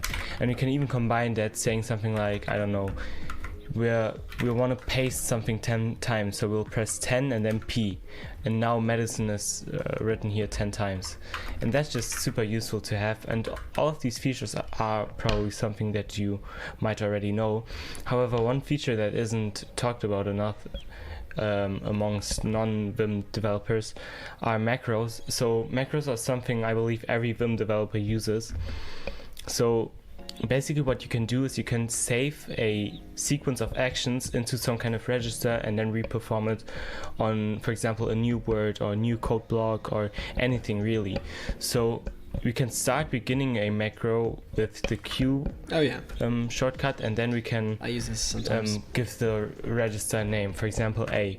Now I'm starting to record something in the A register, and what we'll do is we'll append the postfix that It is a bit the finicky, person's but name is a friend. It seems you don't like make typos and stuff. Like so. Then we'll move to Obviously the very end useful. of the line and to the next friend. And now what we do is we can just press that @ sign again, and then the register name A, for I should really example. brainstorm some cool And with that, we perform this action tooling ideas. on the new friend. And now we can see right Oopsie. here we've got 3 friends filled out and we've got 12 left. So what we can press is 12 at A, and now we've added that each of them is a friend of ours. And that's just super useful, especially considering code. So another example might be, I don't know, let's say each of them is some kind of variable, and you want to do that 12 more times once again.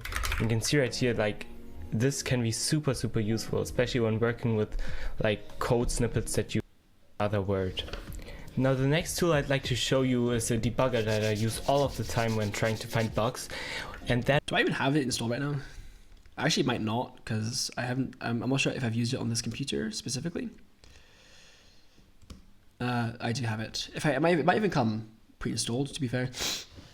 is the GNU debugger. Oh, I have What used it this before, 'cause I debugger have allows you to do is history it there. allows you to set breakpoints, watch certain variables, and try to understand why your program produces certain bugs or why your program produces certain behavior.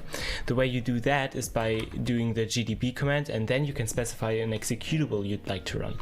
So let's imagine that I was trying to understand why my text editor does certain stuff.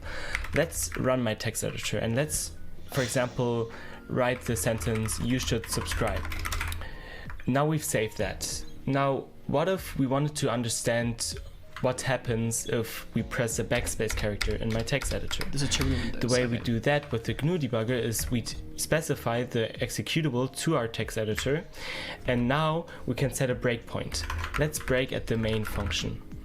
Now, if we were to run this, you can see right here we've now break at the main function.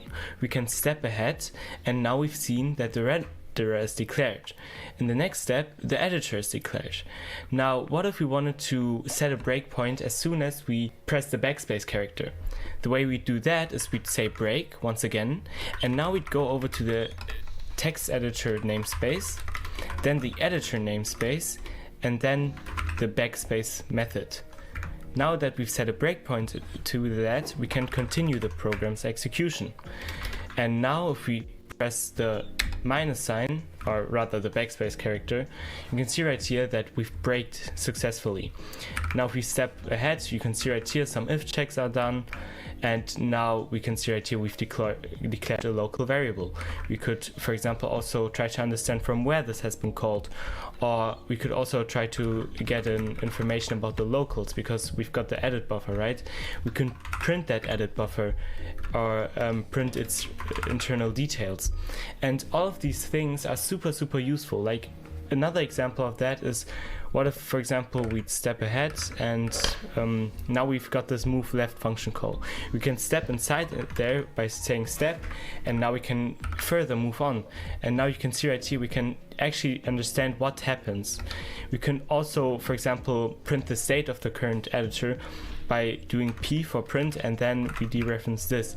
And now we've got all of the details about our current state of our program. So we've seen what was the last key that we've pressed. We can see if the editor should close, what cursor column we've got, or we could even print this cursor. Definitely the most useful thing is just seeing all the state of variables. Like so, yeah. And now we could also dereference that and now see what column and row we're at. So you can see right here, the GNU debugger is a super powerful tool. And if you really understand all of its commands and can utilize it to its full potential, you will find bugs 10 times faster. Now another tool that I'd like to show that I've only been using recently, but it already starts to pay off, is tmux. Now tmux is a terminal multiplexer, which basically means that it's just lets you run multiple terminal sessions at once, and it allows you to like kind of categorize and order your work sessions into multiple sessions. And that is super powerful, because like if we take a look, for example, at the sessions I have right now, I've got a session for Obsidian, a session for my config files, a session for my text editor, and running that. And you can see right here I can move between them very easily. So now I'm in the Obsidian session, now my config session, running my config folders, or now I'm back in my text editor. And inside of sessions you can even add more windows, and windows are basically a way to organize like terminal tabs basically. How's it different from just like having workspaces that you can split up?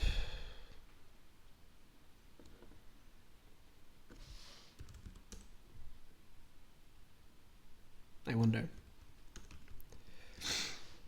So if you are using a regular terminal, you can imagine Windows as just being these different tabs that you've got. And now additionally, inside of tabs, you can then have panes. So this is a pane, this is a pane, and this is a pane. And you can switch between panes pretty easily by just pressing Control B and then Q. And then each pane gets a label and you can switch between them. And this is very nice and very powerful, because you can add plugins, and what these plugins allow you to do is they allow you to, for example, store sessions and preserve them across multiple boots, and then you don't have to set up your session each and every time you're rebooting your PC. Or you're able to still run them in the background while everything else is still working completely fine. And like just having this power, this organization, and this ability to switch between them super fast is very useful in any kind of programming context that's not specific to C++. So those are the 3 tools I use constantly as a C++ developer. None of them are particularly flashy, however together they remove a lot of friction from my workflow. If you're interested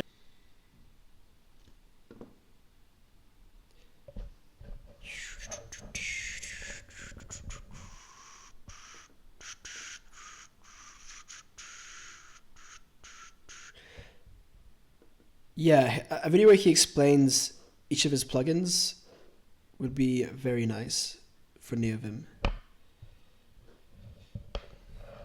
Just to like understand what each one is for.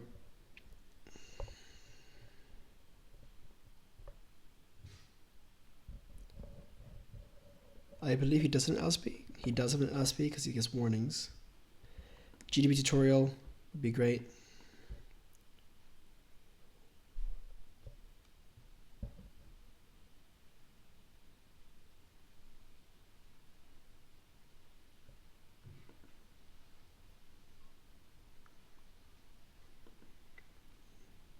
Okay.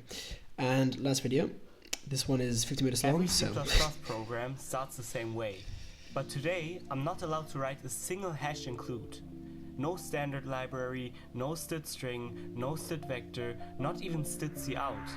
Instead, we're going all the way down to Linux system calls to build an entire terminal snake game from scratch.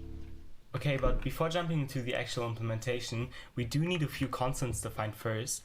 So we have a few type aliases here which we'll be using throughout the code. Then these are basically our way to interact with the outside world, for example the terminal, because those are Linux system call numbers. We'll be using inline assembly, and what we'll do is we'll just place these different system call numbers into the RAX register, and then pass the arguments in the other registers to, like, for example, print something out or read a character or sleep a few seconds. Those right here are also very important since they allow us to alter the behavior of the terminal by, for example, if we set, like, it still has to take us some time to set up, but yeah, -1. Cool. Does he use main or start? Where we can, on the RDI register, we'll need to place the... Oh, it's just ASM calls as well, which I guess makes sense. File descriptor. This is, I think this is Clang or GCC. And the does yes, having this ending So he's writing his own syscall functions. That's pretty cool as well. character, which we call the null terminator, which 5 characters. Like, it still has to take us some time to like get to. But that's int main, right?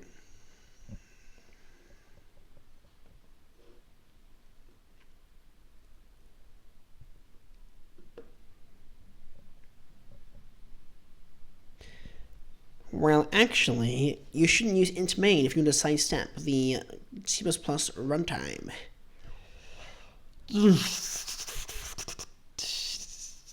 But yeah, that's pretty cool. Not a single include. Awesome.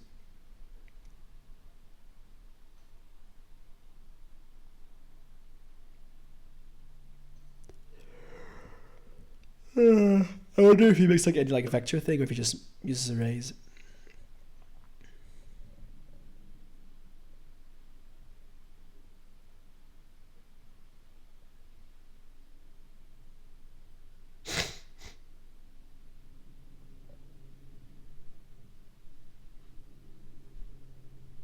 Yeah, I can tell. Anyway, cool. Yeah. So I don't know where the playlist went. Well, I guess it was just my watch later actually.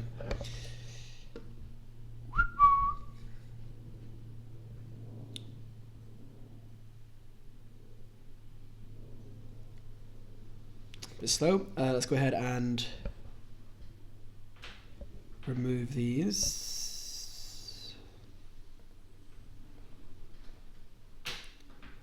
And go to this channel.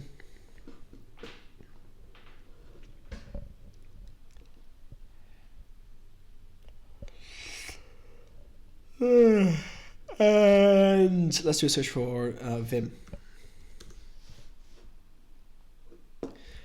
Arch, NeoVim, New, Raylib, Kitty, Hyperland, C, Nasm.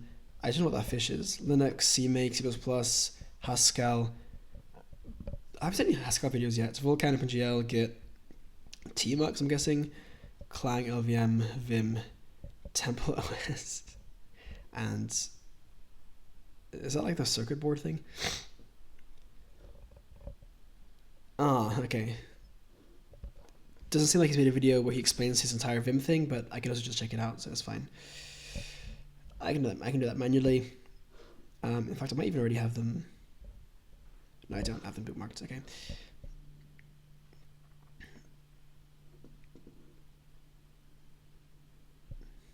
Yep. Does he have any Haskell videos then? Haskell videos? No. That's weird. I checked his thing. Does he have any? I don't think he has any Haskell projects here either. So I wonder what he's done in Haskell, because here it says interest Haskell. Yeah.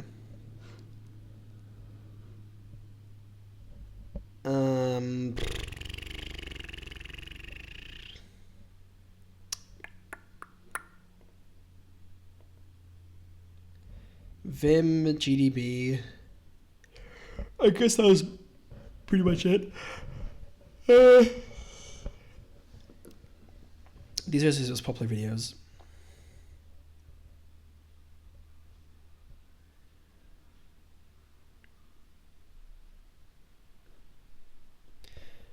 Okay, let's watch this video as well, actually.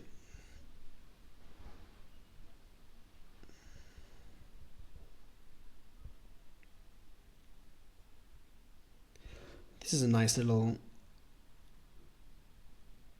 video concept. Oh, keyboard reveal.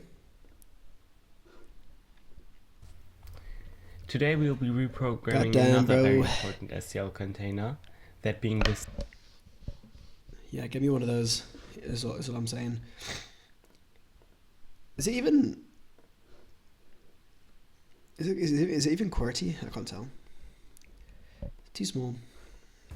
Recently I got asked how I structure my C++ projects, and I figured I'd show y'all how I do that based on 2 projects of mine.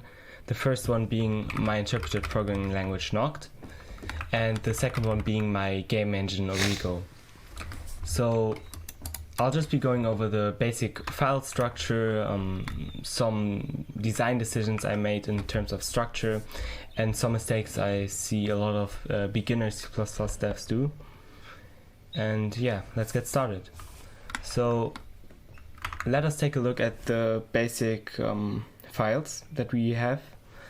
The most important one is the source file. Here's where you'll be spending most of your time in writing actual code. Then we've got tests for testing stuff, vendor for third-party libraries, and the build where your final executable will be sitting. So some things I'd like to say about the source file. What I see some beginners do is, they separate their files between header and source files, and that's valid, but the thing they do is they just keep them flat and linearly laid out in these 2 distinct folders for source and header files.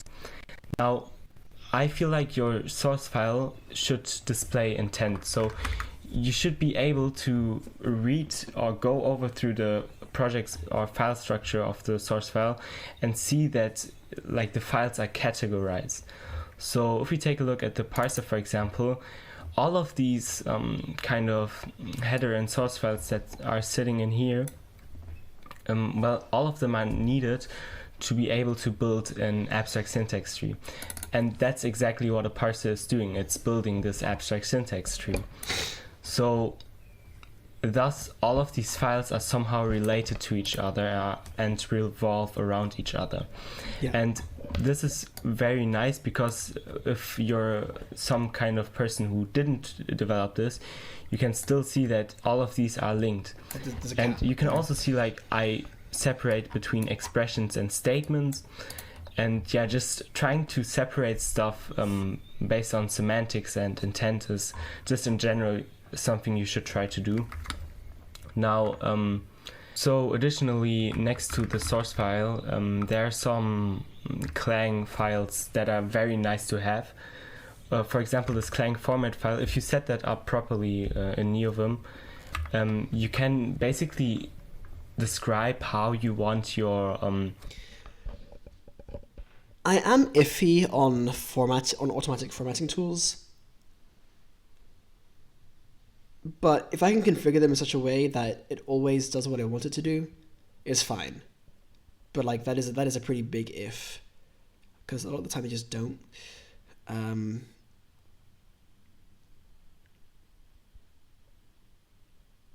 Yeah. C++ files to be formatted within this Clang format file. And now, for example, I like my tabs to be of width 8. Linus Torvalds does that as well, and I copied that from him basically. I am going to stop doing that because it's a pain in the ass. Like, it works for C, I think, but for C++, where the names are just stupidly long, you know, like standard, ranges, whatever, like, it's just not the same ballpark, unfortunately. So, but you know, in for theory, example, if you it's a go cool idea. ahead and Also, I don't know how wide my monitor is.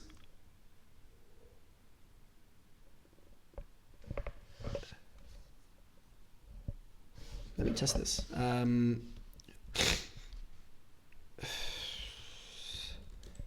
So he has what? He has, bro, inline, const. How am I? Okay, standard, unordered map. Standard string view and token type. Keywords. I guess actually is roughly the same, isn't it? But it's just like, take this and like indent it by 8 spaces. And like just keep doing that. Okay, I'm not really selling my case. This is not a good example. But like, my point is, things get long, and that is problematic. What the fuck am I doing? There we go. do this, and I saved that buffer. You can see right here it immediately formatted that, and also keep these 8 space size tabs. So yeah, that's very nice to have. Now additionally, I've got this clang tidy file, and I like this file a lot because what it does is it basically warns you whenever you're violating a naming convention, and in here you can like specify how you'd like your naming conventions to be. To be honest, the syntax of this is very weird, but it's very useful. So you just do that once, you define your naming conventions for, YAML? I don't know, private members, public members, functions, classes, and stuff like that. And then it will always remind you if you're somehow violating them. And this is especially useful when you're building with a project with multiple people who just use different, naming conventions. Now, for building the cmakelist.txt file, this is the most important file. In here, you're kind of describing how your binary is built, what standard you're using, what compile options you'd like to have enabled, what vendor libraries you're linking. And yeah, like this file is essential. So you'll also have to learn the syntax of CMake to properly structure this. And in here for the Nock language, this cmakelist.txt file is pretty trivial. So you can see right here, I'm creating a project, giving it a name, setting the standard, just adding the executables for the tests, and also creating a library for Noct, and also defining the executables and removing that from the Noct library since it's not part of it. And yeah, once you get the hang of the basic syntax, creating this is very trivial, but super powerful. Because all you have to do is you have to first write the build files, and then you just run this. And this option right here just gives or lets the project be built in parallel, so using multiple cores. And doing that,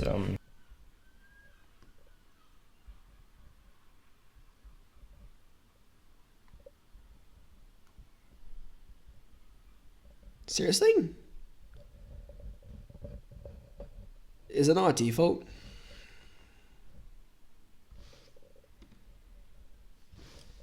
Hold on, I got answers here.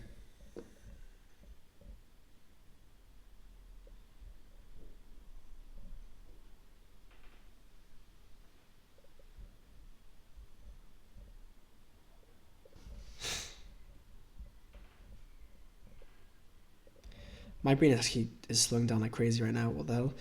CMake build dot slash build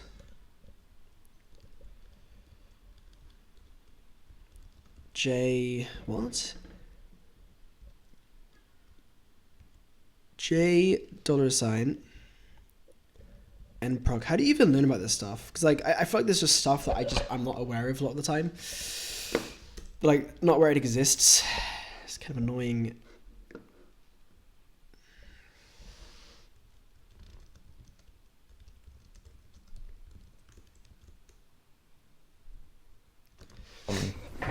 Will produce a final output. So yeah, now if we go over to the Origo project, you can see right here it's a bit more complex. So there are a few more files. We also have something called a PCH, and PCH are super useful because they they decrease your compile times by a lot. Because what they're basically doing is you're basically specifying a lot of includes you pretty much need in any file. So for example, vector is something I use pretty much everywhere. So instead of me having to always link that and then each source file always having to build up all of this code right here, what we can do is we can specify that in the precompiled header file, and that's just linked to every kind of project. And yeah, it's very useful to look into this. It's used a lot. And yeah, now if we go over, you can see I don't have a source file because I have two projects in Origo. I have the engine core and I have the actual editor application you can see when, I don't know, I'm running the engine. And yeah, each of these has their own cmakelist.txt file. However, the main architecture stays the same, and also, like, you can see I still separate directories with intent, whether it's Origo or the editor. And I still have tests, for example. And yeah, when I have somehow assets that I'm using within an project, I usually create a separate folder for that called resources or assets. So for example, in here you can see there's the logo of Origo. And yeah, so yeah, that's pretty much it for structuring your C++ projects. I hope you learned a lot. And having a separate directory for headers only makes sense when you're making a library and want to communicate with headers. Which headers are used for the library? Yeah, good advice. That's what I do. The fuck? Ronaldo.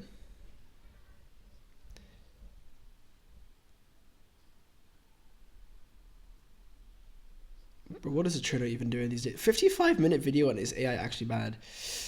Yikes. Why am I using C++26 instead of Rust? So it's interesting. Can you dorp your waybar? Yep. Do you use a debugger? And if so, I use GDB. He said he'd make a video about it soon. But he did. I mean, I guess he kind of did, but. What are you planning to do? C++ code reviews for your subscribers in the future? That'd be a great way to make money, actually. Cool idea, might do that. So what's your...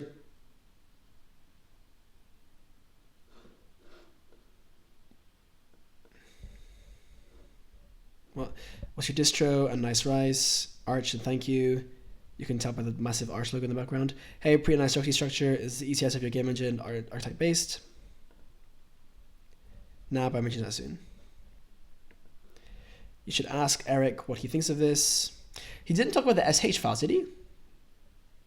I didn't catch that, but I can check them out anyway. You could ask Eric. Who's Eric?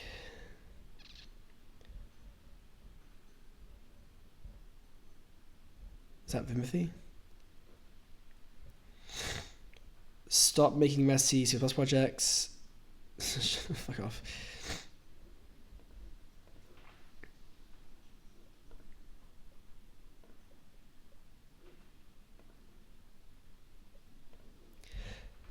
Yeah, using FFI is just as unsafe as C++. It's true. true. So what's the point, bro? Stop making C++ projects. If you have to, then at least C style. C++, C++ itself is a mess. Bro. C style, like, are these people...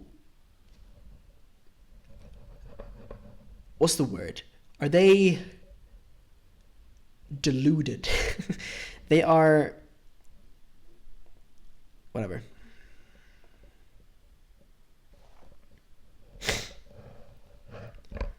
Like, it's just limiting yourself for no reason. If you're a good programmer, you will use the C++ features intelligently. Like, yeah.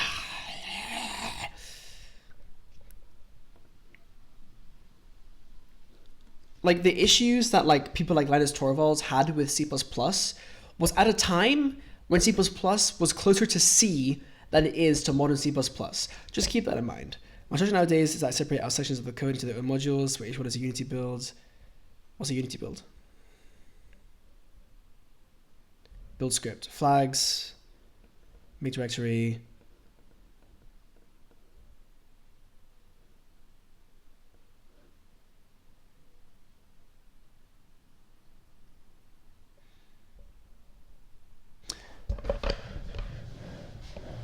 He's using C99, but aside from that,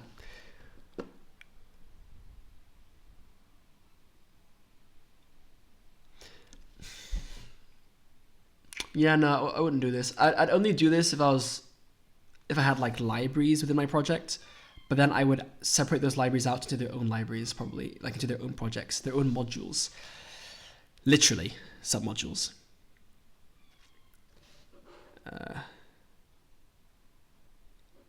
Okay, cool.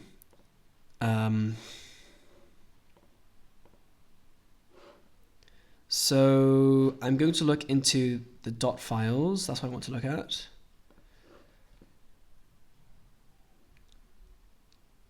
Here. And I know that links to NeoVim anyway, so that's fine. Surprising much of GLSL.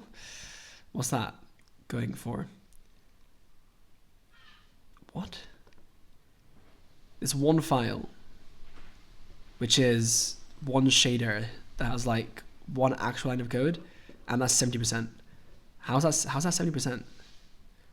How much CSS is there? 0. Nope. 11 files. How is that? What? How is that proportional? Is it a bigger file? No, not really. Okay, whatever. Anyway, yeah, so this is cool. I'm gonna have a look. Oh my god. I'm gonna have a look at this later. The next thing that I'll be doing on my computer is setting up NeoVim. So I'll literally do that like later today. Before we do that, I want to have one quick look at this, at the C++ language extensions, because it's something I've heard of a lot, but I don't actually know which ones that exist even. What are C++ language extensions, and should I be using them? System threads to use for compilation, more threads to compile times. Nproc is a command in Linux that returns the same amount of cores your CPU has. Oh wow. How come it isn't nproc? How come it isn't just enabled by default?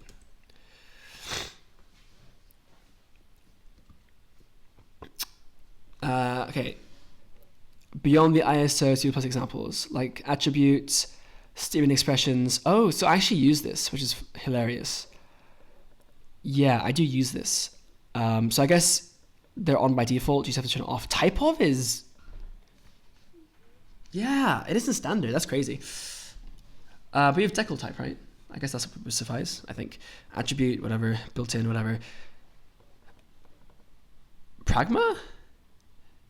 Does that include Pragma? Well, if you're not. Right. Should you use them? No, unless you have a specific reason.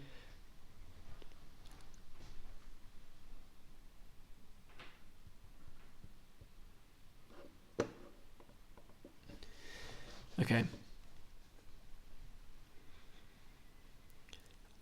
Does that include pragma once? I assume it doesn't, because that guy's project did have pragma once in it.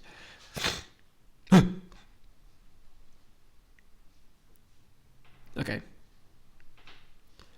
So I'll still be able to use it if I enable CMake CXX extensions false. If I set, let's say.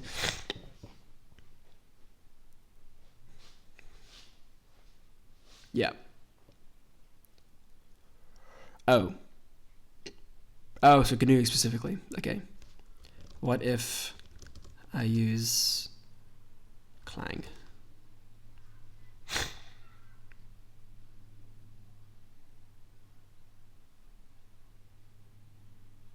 Okay, cool.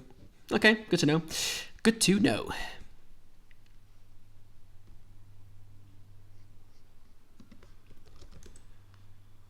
It may fuck things up. Is that like a probabilistically, or like depending on your computer?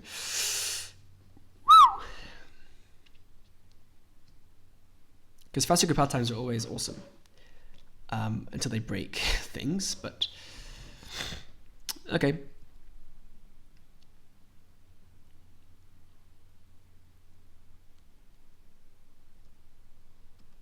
Let's see what this says.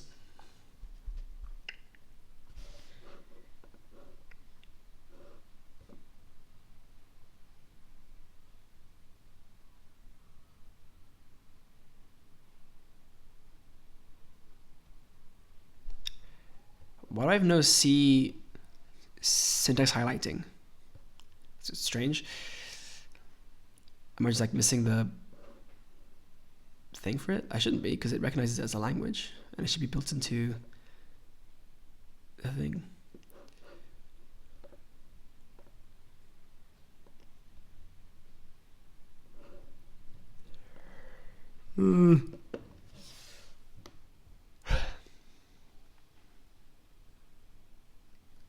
I might get an answer, I also might not. Well, I will come back to this later then. So that has been, I guess, a nice little dive into those videos. Shout out name that I already forgot, but I'll link it in the description. You know, gotta support YouTubers with who are smaller than I am.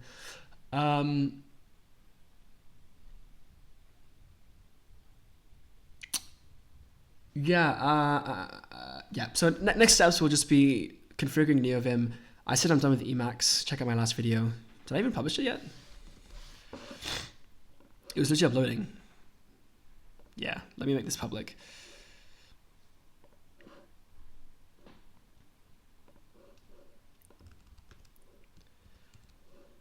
You can't see my screen, but I am making the video public right now and publishing it.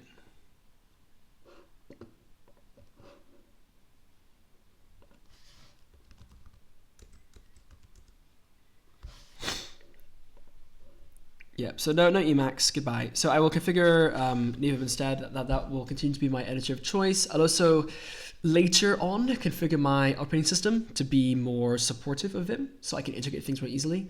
Like, I don't really necessarily want to use tmux if my operating system already kind of has tmux style things. So I'll see if I can figure that out. And yeah, I'll also get back onto developing my video game in SDL3, just because it'll be a good example of, well, I like to test out my editor, right? Because that is quite a serious project that will scale quite large. And yeah, that's it, I think. There's also True, I guess, the language that I'm working on, but more on that later. I want to set up my actual environment first before I do anything else. So yeah, subscribe to see more developments there. I'm gonna have like 4 videos published today. That's crazy.